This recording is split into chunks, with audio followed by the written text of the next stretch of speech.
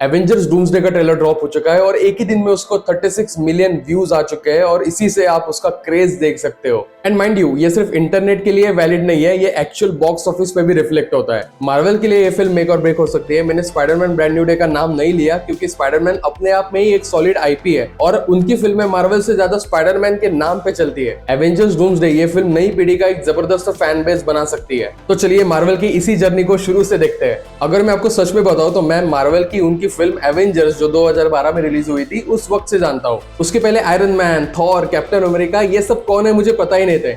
Internet तो तभी evolve हुआ भी नहीं था और जो था वो थे हमारे दोस्तों के फिल्मी डिस्कशंस। आपको ये झूठ लगेगा लेकिन मेरे दोस्त के बताने के बाद मैंने मिशन इम्पॉसिबल की सारी फिल्में उल्टे सीक्वेंस में देखी थी। मतलब जो पहली रिलीज हुई थी वो लास्ट में देखी थी। Talking about Marvel, it's an emotion for all of us. हम जैसे जैसे लाइफ में, करियर में, फिजिकली ग्रो होते गए, मार्वल भी अपने साथ ग्रो होते गया। Guardians of the Galaxy, Ant Man, Doctor Strange, Captain America Civil War में तो Captain America versus Iron Man देखने का क्रेज मैं आपको बता भी नहीं सकता। Because it was not just a fight, it was fight of morals, fight of ideologies and that made us emotionally attached to the universe of Marvel. Marvel ने भी ये सारी चीजें डिलीवर करने की पूरी कोशिश की थी। अपनी हर फिल्मों में post credit scenes, Easter eggs, surprises और ये सब चीजों ने उनकी ब्रांड वैल्यू और बढ़ा दी। आखिर में ऐसा मोमेंट आया जहां पे हमने मार्वल का पीक महसूस किया। एवेंजर्स इन्फिनिटी वॉर और एवेंजर्स एंड गेम ने एक 2 पार्ट सागा जिसने फिल्म मेकिंग के सारे रूल्स तोड़ दिए थे, नए स्टैंडर्ड सेट कर दिए थे।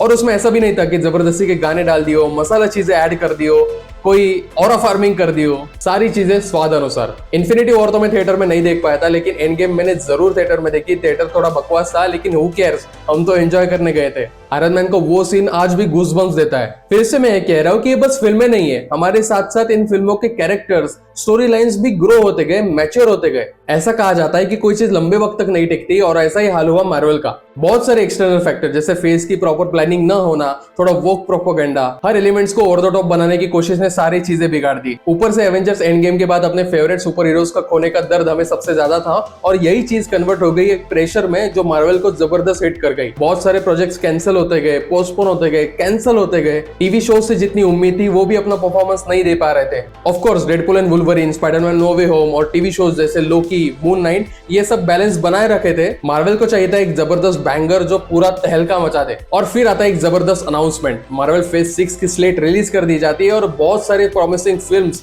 टीवी शोज के बारे में हमें पता चलता है। Daredevil born again, Avengers doomsday, secret war, Spiderman brand new day, you name it. और यहाँ पे हमारे होप्स बढ़ जाते हैं और मार्वल के लिए उनके स्टेक्स। इसमें गड़बड़ बिल्कुल नहीं होनी चाहिए और ऐसा लग रहा है कुछ दिनों से कि मार्वल अपने ट्रैक में वापस आ गया है। इतने जोरों शोरों से प्रमोशंस तो कभी किए ही नहीं गए थे और बहुत सारे लीक्स हो रहे हैं। कभी सेट फोटोज लीक हो रहे हैं, कभी ट्रेलर के पूरे सीक्वेंसेस लीक हो रहे हैं, कभी ट्रेलर का पूरा डिस्क्रिप्शन लीक हो रहा है। आपको क्या लगता है विदाउट मार्वल्स कंसेंट ये हुआ होगा? बिल्कुल भी नहीं। ये मार्वल की क्लासिक स्ट्रेटेजी है, लीक करा दो, फैंस खुद ना खुद डिस्कशन शुरू कर देंगे, हाइप कर देंगे और इसीलिए मार्वल कभी भी इन लीक्स के बारे में ऑफिशियल कंफर्मेशन नहीं देता। बहुत सारी बातें कर ली, अभी मेन मुद्दे पे आते हैं। रैंडमली मार्वल वालों ने डूम्सडे का ट्रेलर ड्रॉप कर दिया और भाई साहब क्या गूज़बम्प्स आए हैं देखते समय। X Men, Shang Chi, Fantastic Four, Thunderbolts की पूरी team, Loki, Ant Man, Captain America और डूम। थिएटर पूरा फट जाएगा अगर ये एंड गेम वाला सीन रिक्रिएट कर दे तो। अगर आपने यहाँ पे एक चीज नोटिस करी होगी तो क्रिस एवंस मतलब अपना कैप्टन अमेरिका, क्रिस हेम्सवर्थ मतलब अपना Thor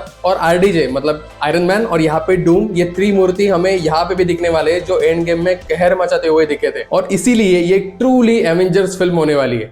may be doomsday won't become next end game and you will never know, may be it will, we won't know until it releases, but after years of uncertainty it gave many fans something they hadn't felt in a long time, a hope, anticipation, and sometimes that where every great Marvel story begins.